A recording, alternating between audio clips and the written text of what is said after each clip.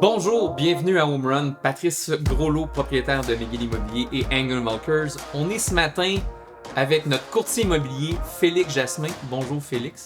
Bonjour Patrice. Comment vas-tu? Magnifique, merci. Les gens, pour ceux qui ne le savent pas, la petite histoire, Félix est le premier courtier qui s'est joint à Angle Walkers il y a 6 ans. On a fêté notre 6e anniversaire en juin. Mais Félix, toi, tu es dans l'industrie du courtage depuis combien d'années? 15 ans. 15 ans? 15 ans. Et ça a été évidemment un acte de foi parce qu'on fait bien des blagues sur le nom, les premiers mois. On a entendu Hansel et Gretel et Angels and Volkswagen. Et 2 ans plus tard, la reconnaissance de marque était déjà très forte. Et ça continue. Maintenant, on n'a plus à se présenter. Toi, à l'époque, tu étais avec une agence plus, on pourrait dire, locale, municipale, une petite agence. Plus généraliste, oui. Tu étais plus dans une structure sous quelqu'un, un peu plus anonyme. Il y a beaucoup de gens qui m'avaient parlé de toi comme la première option. J'avais eu des très, très bons commentaires. Je ne sais pas encore, au final, à travers les milliers d'options de courtiers immobiliers au Québec, pourquoi que nos chemins se sont rencontrés. Mais ça a été quoi quand on t'a dit, on a une vision, parce que nous, à l'époque, on avait déjà McGill Immobilier qui roulait depuis une dizaine d'années, ça allait très très bien. On faisait le saut en revente, on n'avait pas vraiment un track record en revente. On t'a expliqué la vision. Qu'est-ce que tu as pensé? À qui t'en as parlé? Ça a été quoi le mode de réflexion avant de te joindre à Angle Walkers? Ça a été presque facile. Je me souviens de vous avoir dit au resto où on a mangé ensemble que par politesse, j'allais vous dire oui seulement demain. Et ce que j'ai fait, c'était vraiment un leap of faith presque évident. Votre track record, effectivement, était là, très fort. Et, et Bon, on avait un luxe- track record en projet En immobilier. projet, Mais en absolument. revente, on en faisait, tu sais, à nos courtiers en faisaient un petit peu. On On va n'était dire pas encore accidentellement. reconnus Ouais. pour la revente. Ouais. Mais bon, vous étiez épaulé par la plus grosse agence de luxe au monde et qui vous avait choisi parmi de nombreux soumissionnaires à Montréal pour représenter la marque ici. Et c'est sûr que si on fait un saut dans le temps, sachant qu'en 2018, Montréal a été l'agence numéro 1 dans les Amériques et en 2019 au monde, bon, c'était un bon choix, mais c'est toujours plus facile de commenter l'histoire après. Complètement. Mais je dois dire que nous, on n'avait aucun scénario aussi optimiste. Et je pense que la direction des Gold Walkers non plus. Et c'est encore bravo à Richard Brinkley, le président canadien, parce que, comme tu dis, il y avait 18 groupes intéressés, des gens avec beaucoup plus d'argent que nous.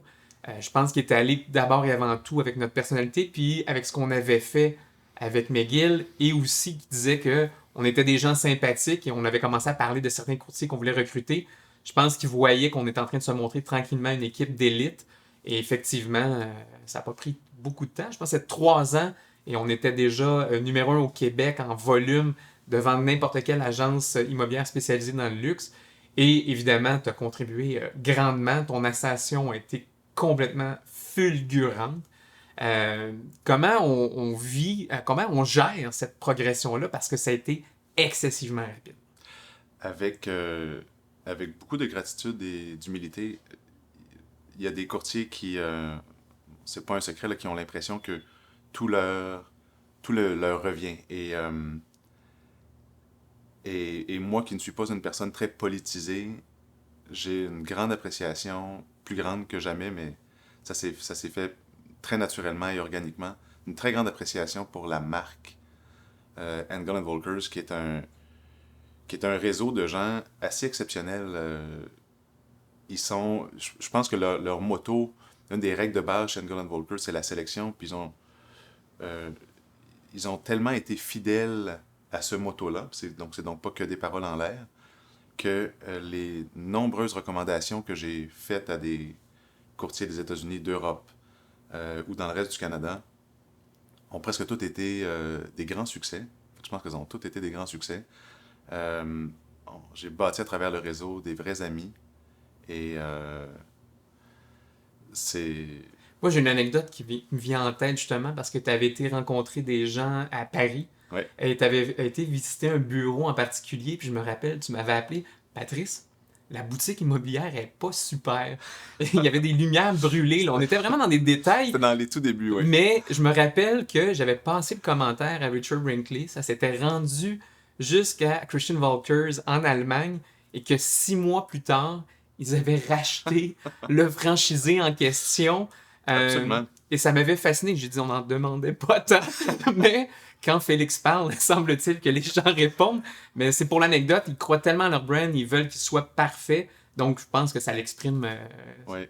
la hauteur de ce qu'ils sont prêts à faire pour protéger leur marque. Oui, et en fait, c'est même depuis les 6 ans avec EV, dans évidemment toutes les villes où je suis passé, où il y a des bureaux Engel Volkers, je me suis permis de rentrer. Je me suis des fois annoncé d'avance, des fois non. Et j'ai toujours été extrêmement bien reçu. On m'offre un café, on me présente les gens. Il y a un esprit familial étonnant. Que je pense un esprit familial auquel beaucoup d'entreprises aspirent, mais peu réussissent à le bâtir. C'est ça, c'est plus qu'un paragraphe sur un site web, c'est vraiment Incomparable, c'est vrai. complètement. Ouais. Complètement. Puis on a voyagé beaucoup ensemble, un peu partout dans le monde. On a fait les exchanges, les événements nord-américains, tout ça. Donc on le voit, on rencontre les gens, on se fréquente beaucoup, on a du plaisir, puis il y a vraiment un échange. Et il y a vraiment un échange de clientèle. Mais toi aussi, il y a quelque chose de particulier parce qu'on est 15 000 environ, 15 000 conseillers immobiliers Engel Volkers dans le monde aujourd'hui. Mais il y a une division d'élite qui s'appelle Private Office, qui rassemble seulement 225 personnes, qui est excessivement sélective. Il y a vraiment un processus de sélection très très poussé. Ça prend des lettres de référence, il y a des entrevues, tout ça. Et toi, tu as été accepté dans cette division d'élite-là. Évidemment, ça prend un certain volume transactionnel aussi. Mais il y a une particularité, c'est que toi, tu le fais avant 40 ans. Combien vous étiez seulement, là, parce que je me souviens pas du chiffre précis, mais vous étiez pas beaucoup là, avant 40 ans, avoir réussi à rentrer dans cette division-là. On était 6. J'étais le 7e à être intronisé Fascinant, avant mes félicitations. 40 ans. Donc, quand on dit une ascension fulgurante, c'est vraiment l'exemple type. Pour les gens, la division Private Office, c'est une division qui se spécialise à servir une clientèle d'exception. On parle des royautés européennes, les gens du Fortune 500, des artistes sportifs et tout ça, des gens qui demandent une certaine discrétion. Et on a eu des gens excessivement connus qui sont passés dans nos bureaux, de voir les camions en avant avec les gardes du corps, avec les écouteurs et tout ça. C'est quand même impressionnant, des gens qui viennent investir des sommes quand même colossales dans notre merveilleuse ville de Montréal et une belle province du Québec. Alors, Félix, évidemment, on ne peut pas vous donner de nom parce que c'est une la discrétion est un des motos chez Engel Volkers, mais Félix, félicitations parce que c'est vraiment particulier. On est quand même. Il y a une réalité quand même au Québec, on en a d'autres. Des gens qui avaient nécessairement plus d'années d'expérience. Comme on dit, tu t'es rentré très très tôt, mais le Québec, on est quand même surreprésenté dans la division Private Office. Ça en dit beaucoup sur notre marché de luxe de la province. Marché de luxe très fort. Il y a beaucoup plus d'argent au Québec et à Montréal qu'on l'aurait pensé. Complètement. Ouais. De l'argent étranger, il y a de l'argent local aussi. Les deux, tout à fait. C'est sûr que l'attractivité de Montréal est exceptionnelle. On a une ville, en fait, qui brille sous plusieurs angles. Donc, évidemment, on a des universités qui rayonnent à l'international très fort, mais on a quand même une ville d'affaires qui est costaude. Il y a des gros sièges sociaux des GAFA et des très grandes entreprises internationales qui ont ouvert à Montréal, dans le centre-ville, mais dans le Milex, en périphérie. Beaucoup de talent. Évidemment, c'est encore en lien avec nos belles universités qui attirent des talents, les forment, les créent, qui ensuite adorent le mode de vie de la ville exceptionnelle qu'on a et ils restent ici, ils s'installent. On a une scène artistique, là. Nous, on se parle, on est en face du Musée des Beaux-Arts, mais on a une scène culturelle extraordinaire, musicale, beaux-arts et cinéma, évidemment. Mais comment tu vois, parce que là, pré-COVID, on avait déjà un beau momentum. Évidemment, il y a une certaine pause du volet international, même si on a fait plusieurs transactions à distance. Quand même. C'est quoi ta vision à moyen long terme? Est-ce que tu penses un retour équivalent avant, supérieur? Comment tu vois ça? C'est évident que c'est une tendance qui s'accélère. L'attractivité de Montréal est en hausse. Le COVID a freiné un peu, mais beaucoup moins qu'on aurait pensé. On a fait des transactions en COVID avec des visites virtuelles. Évidemment, on a boosté nos technologies de visites virtuelles.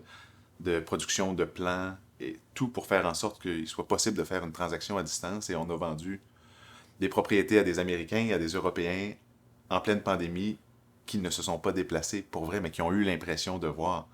Donc, avec toute la transparence du marché nord-américain grâce à la plateforme Centris, MLS, il est assez facile de justifier des prix, défendre les comparables et faire des transactions où des fois, il y a une des deux parties dans un couple ou une famille qui ne peut pas se déplacer ou un enfant dont les parents subventionnent l'achat d'une propriété importante pour les études et en même temps, c'est un investissement familial, de patrimoine familial, qui peuvent participer à distance grâce Mais qu'est-ce que tu aux réponds à équipes ce métiers. moment-là à toutes les agences immobilières, aux courtiers, ou même aux certains clients qui disent qu'il n'y a pas d'acheteurs internationaux à Montréal? Parce qu'évidemment, nous, en étant une agence internationale, on est très conscients. Moi, j'estimais qu'on était environ à 20% de non-résidents pré-COVID, peut-être un 40% incluant ce 20%-là de gens qui étaient des immigrants récents, surtout dans des quartiers précis de la ville ou la grande périphérie. Qu'est-ce que tu réponds? Est-ce que c'est juste un bluff marketing de certaines agences parce qu'ils n'ont pas le choix, parce qu'ils sont municipales ou provinciales seulement ou juste nationales et qui n'ont pas cette carte internationale? Qu'est-ce que tu penses que ce raisonnement-là vient d'où? C'est, effectivement, s'ils ont que cette carte-là à jouer, c'est dommage, là, mais non, on reçoit, c'est ponctuel, mais chaque mois, on va recevoir quelques courriels, appels d'Allemagne, de Suisse, de Belgique, de France, beaucoup évidemment, parce que le lien français à Montréal, euh, moi je travaille dans des quartiers très francophones où j'ai vu dans les 3 dernières années beaucoup plus d'Américains francophiles que jamais. Alors dans Outremont ou dans le plateau, c'était typiquement très français ou franco-européen. Et là, on a des Américains qui aiment le fait français avec tout ce que ça représente d'art de vivre, mais dans un contexte nord-américain où le meilleur des deux mondes se rencontre. Fait qu'on a une plaque tournante incroyable où des Nord-Américains, Canadiens ou Américains ont l'impression d'aller en Europe sans jet lag.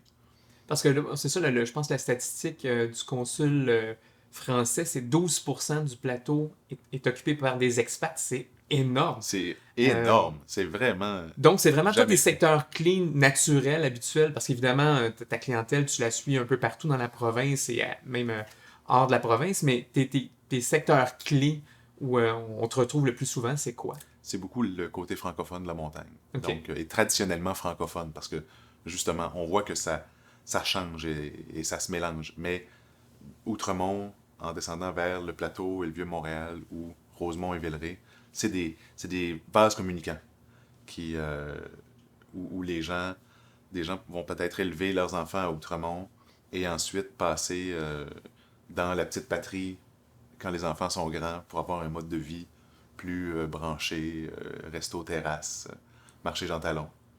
Mais Félix, tu atteint des volumes impressionnants.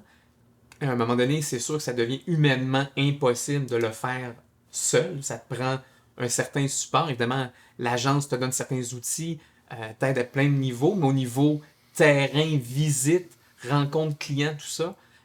Comment t'as pas tombé dans le piège? Une Non. bonne chance que t'es pas tombé dans le fameux piège pyramidal où est-ce qu'on a un courtier en haut avec ce que moi j'aime appeler les minions, là. On sait que les Euh, propriétaires de l'agence s'y opposent vertement. c'est ça. Mais il y a certaines tentatives de certains courtiers, mais ça aboutit jamais parce qu'évidemment, c'est pas dans notre philosophie. On est toujours dans le relationnel à long terme, le service concierge client. Donc, on n'est pas dans. Je trouve pas logique qu'un courtier disparaisse d'une transaction pour, entre guillemets, sous-traiter souvent des courtiers de second rang.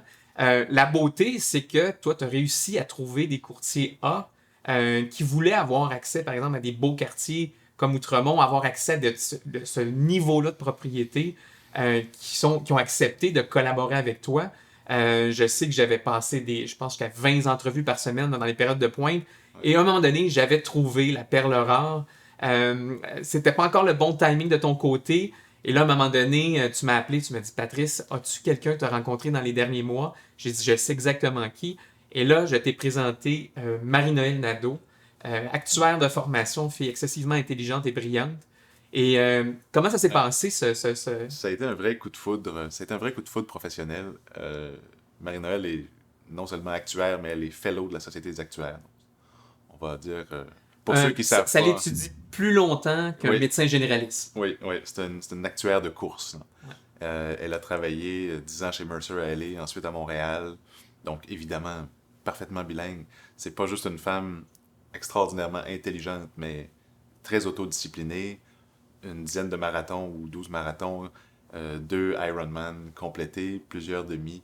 Donc, c'est une athlète. Et d'ailleurs, ça fait partie de notre quotidien, notre mode de vie.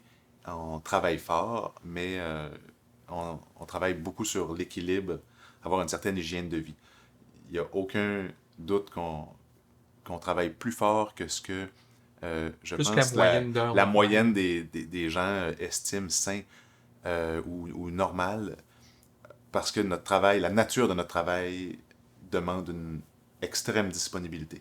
Les gens sont en train de faire une transaction souvent la plus importante de leur vie, ou chez des très grandes familles, c'est quand même des portions de patrimoine importantes.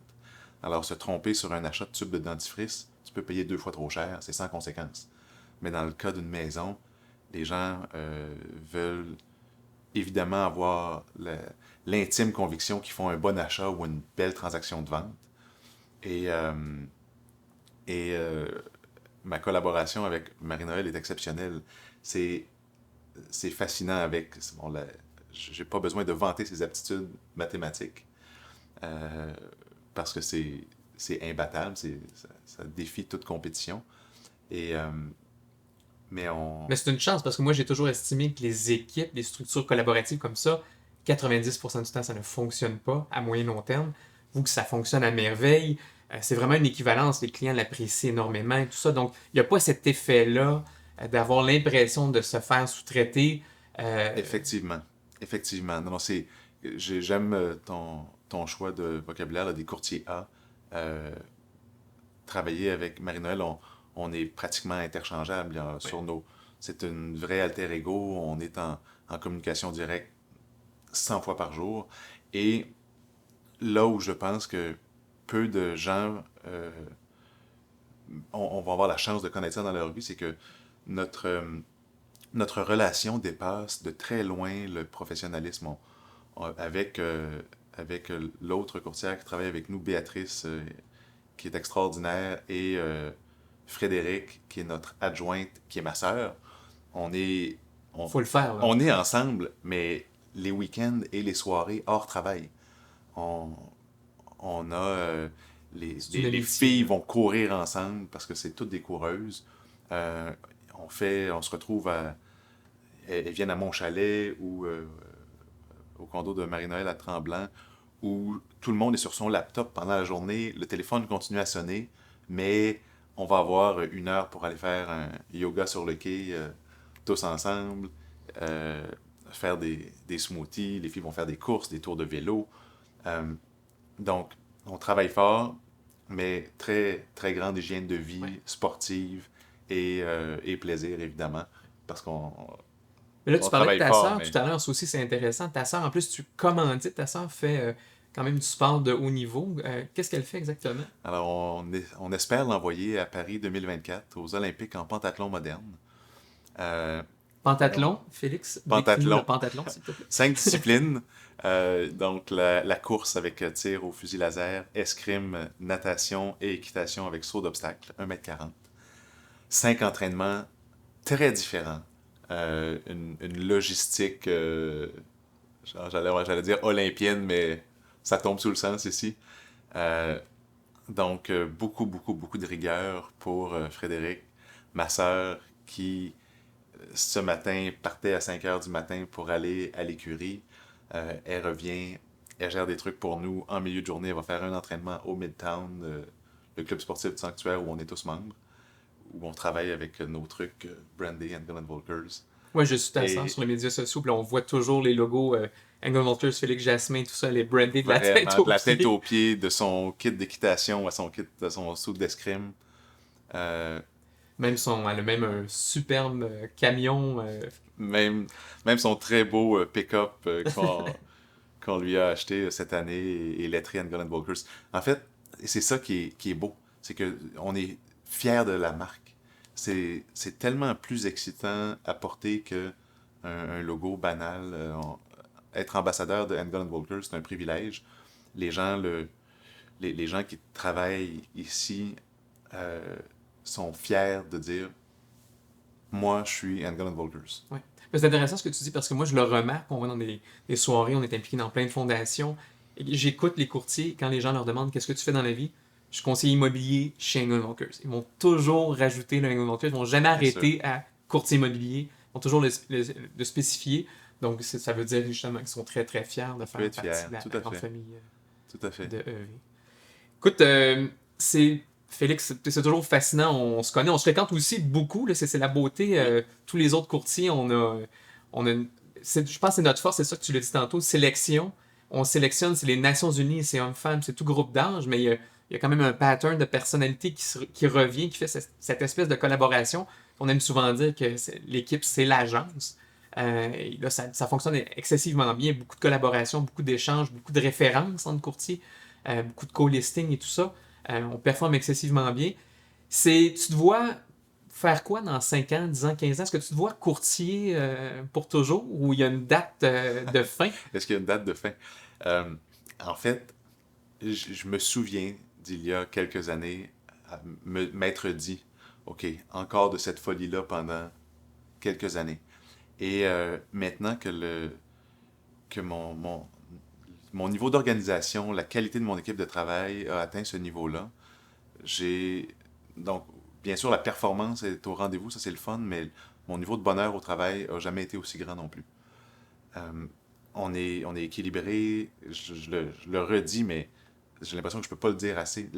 L'équilibre entre la quantité de travail qu'on fait et le plaisir qu'on a à travailler, à être ensemble, à collaborer, à bien servir les gens en fait, qui nous retournent l'ascenseur. C'est ultra valorisant quand l'essentiel de notre business provient de références, de clients qui deviennent souvent un peu, voire très amis, qui nous réfèrent leurs amis, leur famille, les gens les plus proches d'eux. Mais je sais, je te croise au restaurant régulièrement. À chaque fois que tu me présentes, tu me présentes pas, tu dis pas le nom de la personne, tu dis l'adresse. Tu es toujours au restaurant avec des gens. C'est des transactions là, qui datent là, tu sais, de 5 ans, de 8 ans, de 10 ans. Et là, tu me dis c'est telle maison. Puis là, on se souvient Mais des maisons. ce qui est extraordinaire, c'est que les gens les plus gentils réfèrent des gens gentils. Ouais. Donc, c'est sûr qu'on ne peut jamais être le courtier de tout le monde. Et le but, c'est pas ça. Je chéris mon bonheur comme un petit oiseau dans mes mains. Et quand il y a des fits de clients qui se font pas, tout simplement. Ouais. Et c'est la beauté. Donc, quand les gens sont... ils ne deviendront pas tous des amis, là, bien sûr, mais il va s'installer Ouais. une espèce d'appréciation, un grand Respect. respect profond. Et C'est ça. Les clients choisissent leur courtier, mais dans notre cas, dans certains cas, on choisit aussi nos clients. assurément, et on en refuse des clients quand on a des rencontres où on sent que le client est déraisonnable, qui n'écoute pas ce qu'on a à dire, ou qui ne veut pas travailler de la manière dont on travaille. Ben, je suppose qu'un dentiste auquel je voudrais imposer la manière de faire mes caries me dirait, ben non, c'est moi le dentiste, merci, C'est ça. bye. Donc, Il y a un mais respect de la... Qu'est-ce que tu dirais parce que tu as quand même 3 enfants. oui, Euh, S'il y en a un qui t'arrive là, un beau matin, je sais que tu disais ce matin justement, tu venais d'aller déposer un de tes fils à Brébeuf en moto. S'il te dit un matin, papa, je veux faire exactement ce que tu fais, qu'est-ce que tu réponds? euh, oui et non, ça dépend des gens. C'est un très beau métier qui n'est pas pour tout le monde. C'est vraiment la réputation des courtiers s'est grandement améliorée dans les dernières années, là on l'a vu. Euh, je pense partiellement grâce à des émissions où on suit des courtiers Tu qui penses que ça a sont, été positif ou négatif ces je émissions-là? pense que ça a été surtout positif. Ok. Évidemment, il y a du négatif dans ça euh, parce que c'est du cinéma, c'est arrangé avec le gars des vues. Euh, il y a des contenus extraordinairement quétaines et qui sont loin, loin, loin de la réalité. Euh, c'est un pourquoi c'est pas pour tout le monde, puis pourquoi on a vu tellement d'appelés et si peu d'élus, c'est que la charge de travail est vraiment plus importante que les gens le pensent. Et C'est quoi, tu penses, la plus grande désillusion d'un courtier qui commence? Qu'est-ce que les gens s'attendent et qui ne retrouveront pas finalement en courtage? Parce que les statistiques sont hallucinantes, là. 50% lâchent année 1, 90% sont plus là après 2 ans, là. oui, C'est absolument, impressionnant. c'est très impressionnant. Et ben, je pense que c'est un ensemble de facteurs parce que il y a plus qu'une qualité qui est requise pour être courtier. Il faut être, on disait, extrêmement disponible, euh, mais il faut avoir faim aussi.